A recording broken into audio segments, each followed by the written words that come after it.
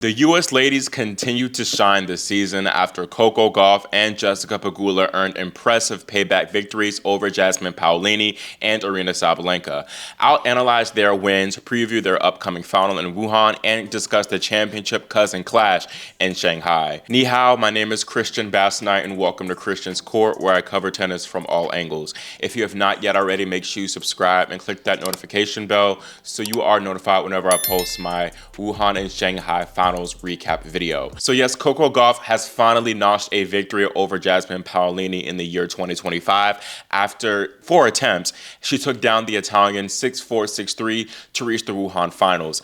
This was a very odd match, being honest, and it started out pretty normal, 5 routine holds of serve in a row, and then after 3-2, all hell broke loose. Neither woman really wanted to hold serve to save their lives, and we got 11 breaks of serve in a row after that 3-2 game, and it was just truly wild to witness break after break after break. And both women had high number of first serves in for the match. I think Coco had 67% of first serves in, while Jasmine made 71% of her first serves. But still, they couldn't really find quality first serves to win easier free points, which put them at a disadvantage. And honestly, this was kind of reminiscent of their Cincinnati quarterfinal, where there were 14 breaks of serve total, and Paolini won that match in 3 sets. But I think the big difference maker in this match in particular was Gauff's return. And it was pretty simple. I think much of it came down to her just making a lot more returns in play, thus giving herself a fighting chance.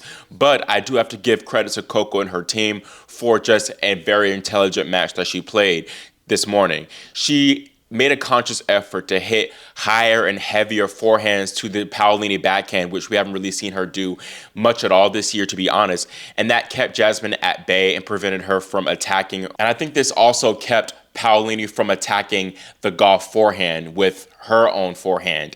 And I think that in this case, Coco was able to dictate a little bit more in this match. And Gauff was really the aggressor here. She hit 16 winners to 17 unforced errors, whereas Paolini committed 19 unforced errors, but only hit 5 winners. And she only hit 1 single winner in the opening set.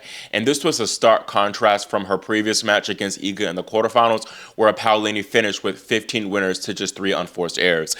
Both wings from Gauff were on point for real. I was very impressed. I think the backhand might have generated more winners, but I think, again, that's because Jasmine directed a lot of her shots to that wing, which I do think Paolini should have taken more chances or tried to take more chances to use her forehand to go to Coco's forehand. But like I keep saying, Coco made that a difficult play for her with how she was attacking Paolini's backhand with, spin and weight of shot, really. But in addition to using her forehand as a setup shot for her backhand, Coco's forehand cross-court in particular was a really strong shot. She had quite a few amazing winners from that side, and this match was a testament, again, to how far Gauff's forehand has come over the years. Now, I wasn't really wowed by Gauff's serve at all. The double faults were a real issue at times. She ended up with 7 double faults to 1 ace, but she still did what she needed to do. I think she served smart towards the end and just tried to make the first serve and give herself more of a chance and rely more on the ground game, where she was much stronger than her opponent was on today. And this marks Gauff's 5th career 1000 final, her 14th WTA final overall, and Gauff really just loves to play in China. Simple as that. She's always made the semifinals or better in Beijing and Wuhan, and she's yet to drop a set this week. Meanwhile, a woman who has dropped multiple sets this week is Jessica Pegula. And I said in my last video that if Pegula were to beat Sabalenka in the semifinal, it would go down as one of her best wins ever.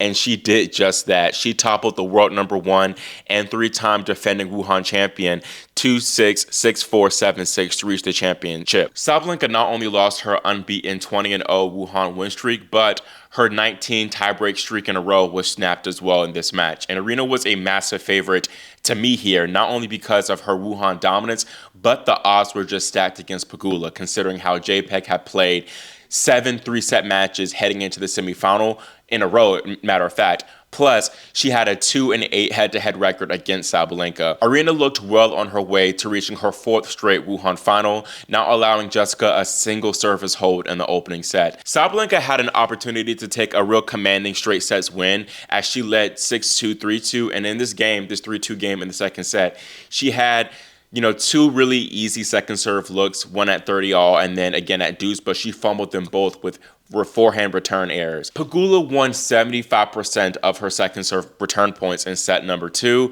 largely due to Sabalenka return errors, I'd say. Meanwhile, Jessica hardly allowed Sabalenka any breathing room whenever Aryna offered up a second serve, and the top seed just won a single second serve point in set number 2. Jessica also did a phenomenal job of weathering the Sabalenka storm overall. Her defense got her out of trouble quite a few times, and she was able to extend a decent amount of the rallies, which extracted a decent amount of Sabalenka's errors. Combine that with just solid ball striking, and not only did she have great length on her shot, but Pegula also was not afraid to go forehand to forehand against Sabalenka, and oftentimes she was able to bait the Belarusian into going for more riskier shots from the forehand wing. Now, the third set was a complete movie. And like in the opening set, Sabalenka had much more success on her return, and she got out to a 5-2 lead. I thought for sure that she would clinch the deal, but Pegula first played an excellent service game at 2-5. She served 3 aces in a row. But then in this deciding set, we really saw JPEG's variety on full display. Again, her defensive prowess helped her a lot. Her using slices and high defensive lobs, especially at 3-5, helped her get the third set back on serve. And she also served intelligently, I think, Pegula did. I think she noticed her slice serve to Sabalenka's forehand was giving the top seed fits. But perhaps I was most impressed by Pegula's mental resolve. She served 4 double faults when trying to serve for the match at 6-5, and she also had 2 match points in this 6-5 game, but was broken. But she did not panic. She could have easily thought back to her semifinal Beijing loss to Linda Noskova, where she also fumbled multiple match points, or in her U.S. Open semifinal against Sabalenka, where she had a few openings. But she was able to put it behind her and played really the perfect tiebreaker, showing even more variety with the drop shot while coming up with some incredible shots on the run. Now, Pegula has had a lot of impressive wins, but this might be her most impressive win to date. I was truly awe-inspired by what I saw from her out there. And Jessica is now into her 20th tour final, and she's seeking her 4th WTA 1000 trophy and 10th title overall. Jessica leads the head-to-head with Coco 4-2, and Coco won their last meeting, which was decisive. A decisive 6-3, 6-2 win at the WTA Finals last year in the round-robin stage, although Pegula was injured there. I think Pegula provides a tough matchup for Coco. She's a flat hitter and is able to rush Coco's forehand. Not to mention, JPEG is an excellent returner and was able to draw some double faults from the American in a lot of their recent matches. Not to mention, Jessica is an excellent returner and can definitely draw some double faults from Coco. I think if Pegula serves well, like she did against Sabalenka in the second and third sets, she has a very solid shot at getting the title. Gauff has not really been tested much with her return this tournament, so I think that will be key. That said, if Coco plays like how she did from the ground against Paolini, varying the heights and spins of her shot from the forehand, she has a very strong shot, and I think her serve, though, will be my main concern. This will be an intriguing matchup. I think both women have a lot of variety that they showed in their semifinal matches, and they've also been taken to the net a little bit more throughout this event. So I think that'll be another intriguing dynamic for this one. I do believe this match will go the distance to 3 sets, but I'm not sure who this would favor a little bit more. Pegula, she does have more experience in these type of scenarios lately. Coco hasn't yet dropped a set in Wuhan, but that could be good for her on the flip side, as she would, you think, have more left in the tank for this final if things do go the distance. I think eventually something has to give with Pegula, and I do think Gauff learned a lot, I noticed, from that Anisimova match, and is going to be more prone to using more variety, like we saw against Paolini, using her higher forehand as well as her, sometimes flatter backhand. And I think that she'll also use her athleticism and draw out more of the rallies and tire out her opponent. So I will be having Gauff to take this title in 3 sets.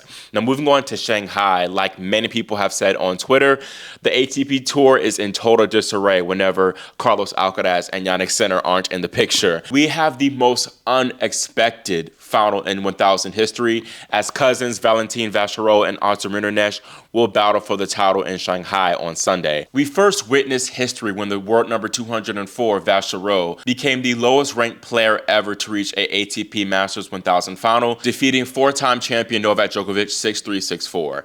Novak was struggling a lot physically in this match. He had to seek treatment a few times from the physio and took some medication tablets, and he had been struggling struggling physically throughout this entire tournament, so maybe this shouldn't have been a surprise. But still, I thought that he would outlast the qualifier, as Vacherot had already played 7 matches heading into the semifinals, and 5 of those 7 matches were 3-setters. So I think this effort and this win was a huge testament to his fitness, and it was very impressive. And he was able to outlast the ailing Djokovic in many of the longer rallies and snuffed out almost all of Novak's break chances. As Novak, he did have some looks at making this match a little bit more competitive, but again, I was so impressed by Valentin because he hadn't had a lot of experience at this level, let alone facing off against Novak, the GOAT, in the biggest match of his career. But he was able to stave off a lot of break points. Got to clap it up for him. Valentin played a very tidy match. He finished with 23 winners to just 20 unforced errors, whereas Novak, it was not a great match from him stat-wise. He ended up with 9 winners to 23 unforced errors.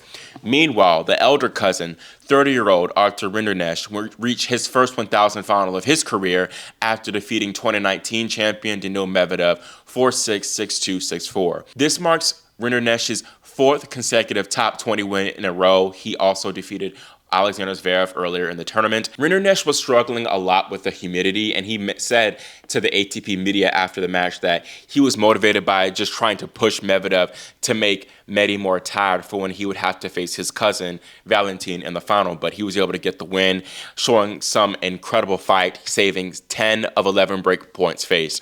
Now, this was for sure a frustrating loss for Medvedev, and he was finally close to breaking the 1,000 finals drought. And we really saw some crazy scenes after this match. Medvedev was very angry with the umpire Mohamed Liani for not giving Rinderknech a second time violation at the 3-all game. And he kept saying, "Explain yourself," and he was cussing a little bit as well. Combine that with the scenes of Arthur and his cousin crying, it was really quite a scene. I do think Medvedev was wrong in that scenario because looking back at that moment, Arthur had just barely served before the clock struck 0, so I think he was just more or less frustrated that he lost the match and was just venting his anger out at Liani. Now, these finals, definitely not the Oscars, is it? Neither of these two are big name players, but still it offers up a great story as, again, they're cousins, and neither had a lick of this type of success at this high of the level. Vacherot, he will crack the top 60, being ranked 58 in the live rankings, and he will rise to 40 if he wins the title, whereas Rinderknech, he already cracked the top 30, sitting at 28 in the live rankings, and he will rise to number 22 if he were to win the title. I think I'll be going with Vacherot here, mainly because he seems to be looking the fresher of the two, but I think it'll be for sure a spectacle nonetheless. That is all I have for this video, and let me know your thoughts in the comments of the semifinals that we witnessed, as well as give me your finals predictions in both Wuhan and Shanghai. Let me know whether you agree or disagree with me having Coco and Valentin lift the trophies there. Again, make sure you subscribe and click that notification bell so you are notified whenever I post my next video. Thank you all so much for watching and for your support, and I will see you all next time here on Christian's Court.